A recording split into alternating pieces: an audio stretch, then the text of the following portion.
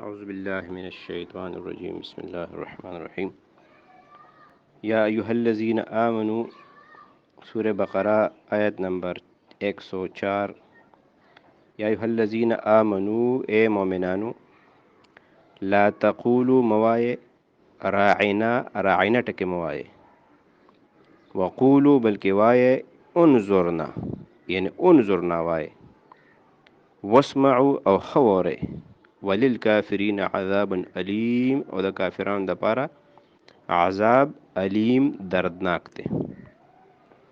په مدینه کې با سورہ بقرہ چونکې مدنی سورت ته مدینه کې با یهودیانو داسې الفاظ مسلمانانو او پیغمبر علیه السلام ته استعمالول چې د هغې به ډبل معنی وي. ظاهري معنی خو به ټیک وه خو هغې به ژبه داسې تو راتو کړه چې د هغې نه به بېدبې والا معنی جوړه شوه. لکه یو پیره یهودیان رالو نبی علیہ السلام ته وی چې السلام علیکم، عایشې بی بی ورته په غوسه کې جواب ورکړو چې وعلیکم. نو السلام علیکم یعنی پیغمبر علیہ السلام ته وی چې په تا د مرګ راشي. نبی علیہ السلام عایشې بی بی ته وی چې تا ولې دومره تیزي وکړه؟ نو عایشې بی بی ورته وفرمایل چې ولې تا ونه رده چې دې څه ووایي؟ نو پیغمبر علیہ السلام ورته وفرمایل چې ولې تا ونه رده چې ما ورته څه ووایي؟ یعنې ما ورته هم ووایي چې وعلیکم په تاسو دې شي. دغسې هغې به راعینه ټکې استعمالو یعنې زمونږ لږ رعایت وکړه، مونږ لږ واوره، مونږ په دې خبره پوه کړه، دا معنی وه. خو هغې به دا ژبه لږه تو کړه راعینه چې ای زمونږ شپونکیه یا ای کمقله یا ای بېوقوفه. نو الله تعالی مسلمانانو ته وایي چې تاسو دا راعینه ټکې مه استعمالوئ ځکه چې دې ته فایده اخلي، بلکې دې په ځای انظرنا ټکې دا استعمال کوي چې لږ مونږ ته متوجه شه، زموږ خبره ووره، مونږ ته ووایي. ما یود الذین نه غواړي هغه خلک کفرو چې کافران دي من اهل الکتاب که اهل کتاب دي ولل مشرکین او نه مشرکان دي څه نه غواړي؟ دي دا نه غواړي ان ینزل علیکم چې نازل کړي شي په تاسو باندې من خیرن څه خبره من ربکم ستاسو د طرف نه، ستاسو د رب د طرف نه. دی دا نه غواړي چې تاسو باندې دا قرآن نازل شي، حاسدان دي. والله الله چې دی یختص خاص کوي برحمته په خپل رحمت سره من یشاء چاله چې وغواړي. دا خو د الله فضل دی نبوت او قرآن نزول دا د الله فضل دی چې به چا وغواړي الله به په هغه چا باندې دا نازلي. والله ذو الفضل العظیم او الله د لوی فضل خاوند دی. بل ځکه الله فرمایي واسأل الله من فضله د دې الله نه د فضل غواړه. اللهم انی اسألک من فضلک، یا الله زستانه ستا فضل غواړم. اللهم انی اسألک من فضلک، یا الله زستانه ستا فضل غواړم. ورحمتک او ستا رحمت غواړم. دا دعا ډېره زیات ویل پکار دي. د الله فضل ډېر لوی څیز دی.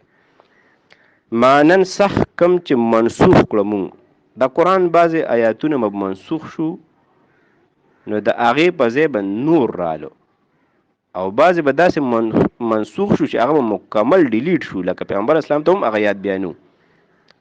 ما ننسخ کم چې منسوخ کړه مونږ من آیتن څه آیات او ننسها یا هغه هیر کړو نأتي نو مونږ راوړو بخیر منها د هغې نه ښه او مثلها یا د هغې په شان.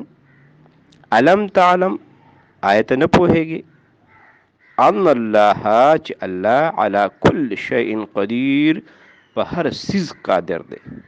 په دې کورونا هم قادر دی، په دې وایرس هم قادر دی، په دې بکټیریا هم قادر دی. نو د موجوده د وبا کې د ټول امت دپاره خصوصي دعا پکار ده چې یا الله تو قادر مطلق تو کن فیکون ذاتې دا کورونا هم ستا مخلوق دی نه ربه. دا کم شر کم غضاب چې نازل شوی دی په دنیا باندې ربه په خپل قدرت تا 100% قدرت حاصل دی، دا د ټول امت نه لر کې او موږ د دې غضاب نه محفوظ وساتي.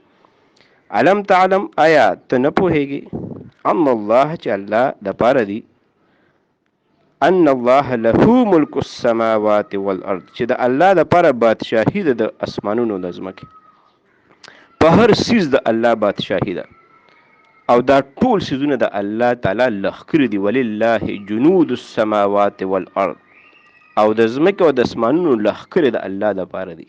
د چا نه چې کار اخلي د هغه نه اخیستی شي. کن فیکون ذات دی. وما لکم او نشته ستاسو دپاره من دون الله سوا د الله نه من ولی سو دوست ولا نصیر او نه مددگار. الله زمونږ دوست دی، الله زمونږ مددگار دی. حسبی الله لا اله الا هو علیه توکلت وهو رب العرش العظیم. حسبنا الله ونعم الوکیل نعم المولى ونعم النصير. دا ډېر ویل پکار دی. الله ولی الذین آمنوا، الله دوست د هر هغه چا چې ایمان وروړو. دا ولی الله زبرګ چې ورته مونږ وایو، نو هر مؤمن چې کوم دی ولی الله هم دی، هر مؤمن زبرګ هم دی. خو چونکې مونږ خاص خلکو ته ولی الله زبرګ وایو، نو دغه خلکو خپل ځان پیژندلی دی، نه ولایت حاصل کړی دی، بزرګي حاصل کړی ده.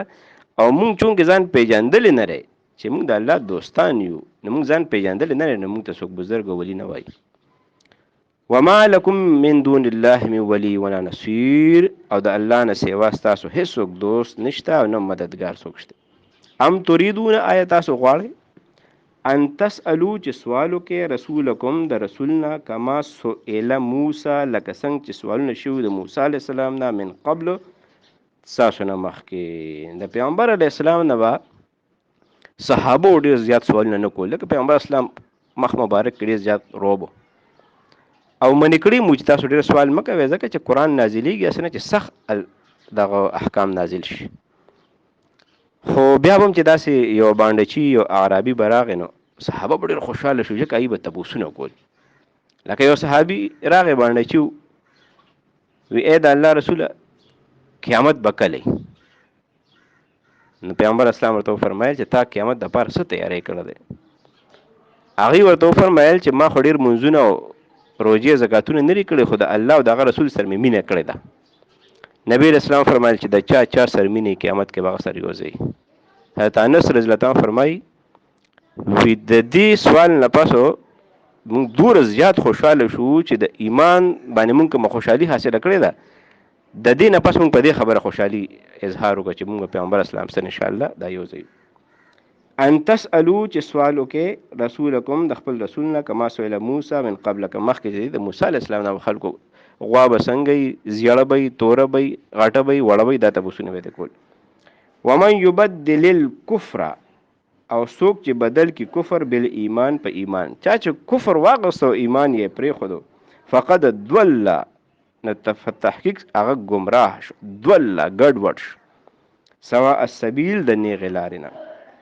ود کثیر من اهل الكتاب، ود غواړي، کثیر ډیر خلق، من اهل الكتاب اهل کتابونه، لو یردونکم چې کاش تاسو واپس راوګرځئ د سنه د مسلمانانو کفر ته، من بعد ایمانکم تاسو د ایمانون وروړو نه پس کفاره کفر ته، حسدن د حسد په وجه، من عند انفسهم کم چې د دې په زړونو کې دی، من بعد ما پس د هغه څه نه تبینه چې واضح شو، لهم الحق په دې باندې حق، فعبو پس معافي وکړه، واصفحو مخ دې واړوه، حتی تر دې پورې چې یأتی الله راوړي الله بامره خپل حکم، ان الله بشک الله على كل شيء قدیر، په هر څیز باندې قادر دی. صدق الله العظیم.